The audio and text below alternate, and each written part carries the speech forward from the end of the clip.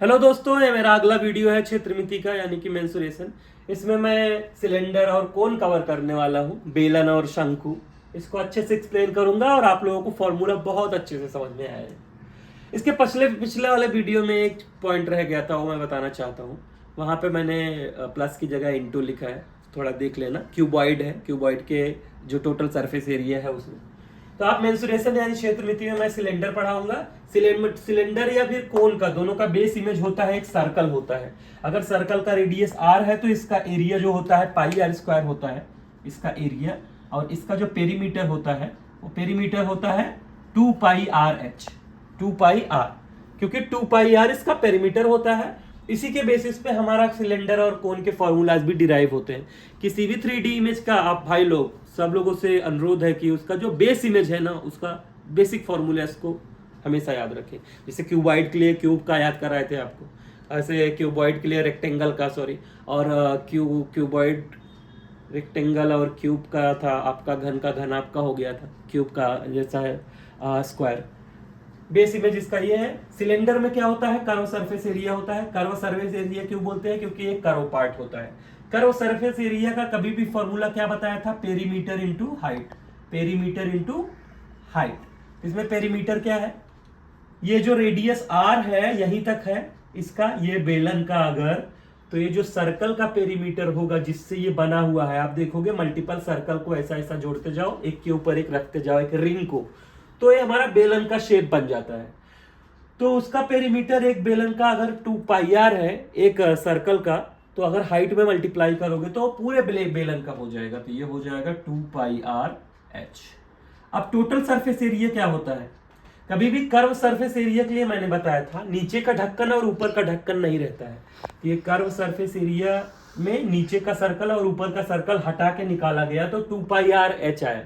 जो total surface area होता है उसमें नीचे बेलन का ढक्कन और ऊपर का ढक्कन रख दिए, तो दो सर्कल है, दोनों का सर्कल का एरिया अलग अलग क्या होगा, pi r square plus pi r square. ये 2 पाई आर एच तो पूरे बेलन का हमने निकाला ही है, क्योंकि ये कर्व सरफेस एरिया था, प्लस इसमें पाई आर स्क्वायर ऐड कर दो, कितनी बार, 2 बार, ऊपर भी है नीचे भी। तो ये क्या हो जाएगा हमारा फॉर्मूला, 2 पाई आर में सब में देखोगे आप तो पाई आर कॉमन है, pi r pi r pi r, तो क्या हम कॉमन लेंगे, पाई आर को कॉमन ले लिया, ठीक है। उसके बाद ये हमारा जो फॉर्मूला बन जाता है वो होता है 2h प्लस 2r, क्योंकि pi r square 2 pi r square हो जाता है। तो हम पाई आर को कॉमन ले लिया, तो अंदर क्या बचा, 2h, ये दोनों को ऐड कर दोगे तो 2r। अब 2 को भी कॉमन ले लो, तो ये हो जाएगा 2 पाई आर अंदर h प्लस आर, ये हो गया अपना टोटल सरफेस एरिया। इसके बाद हम वॉल्यूम निकालते हैं।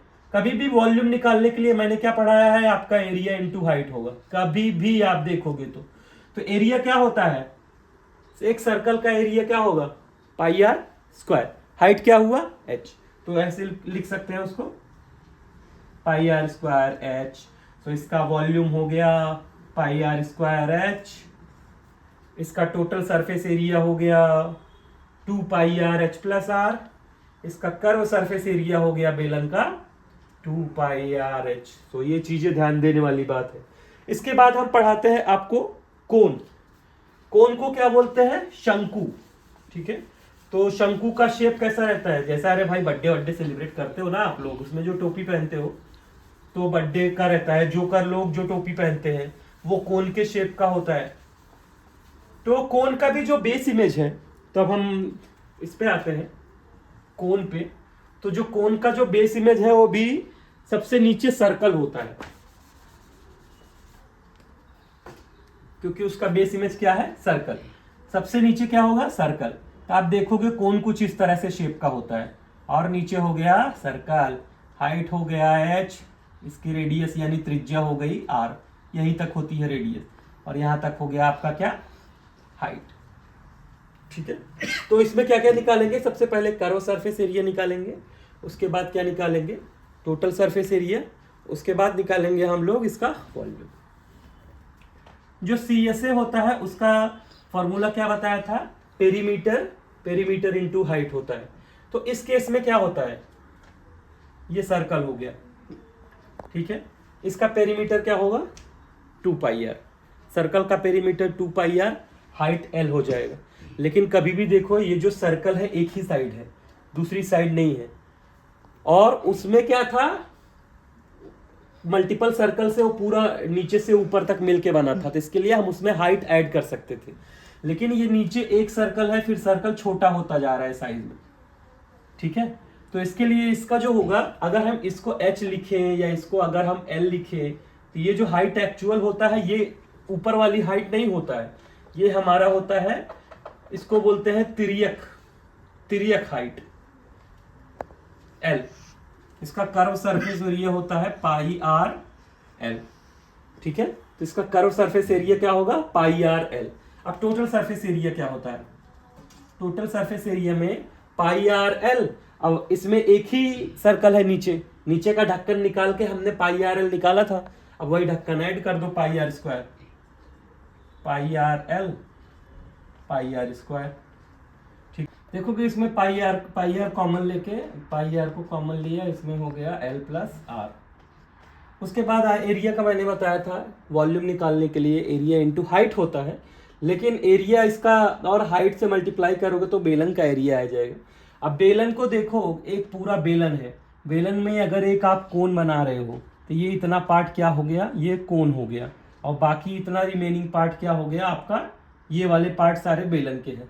तो कभी भी एक कोन बनाने के लिए 3 बेलन का यूज होगा, 1 2, ये हो गया आपका तीसरा पार्ट। इस तरह से जो हमारा बेलन का एरिया होता है pi r square into H, उसको डिवाइड बाई 3 करोगे तो आपका एक कोन बचेगा। तो हमारा इसका एरिया क्या हो जाएगा 1/3 पाई आर स्क्वायर एच।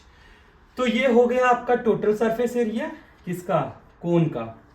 ये हो गया वॉल्यूम किसका, कोन का। और इसके बाद ये हो गया हमारा curve surface area pi r L. Base image ध्यान देना, आपको याद रखने का जरूरत है।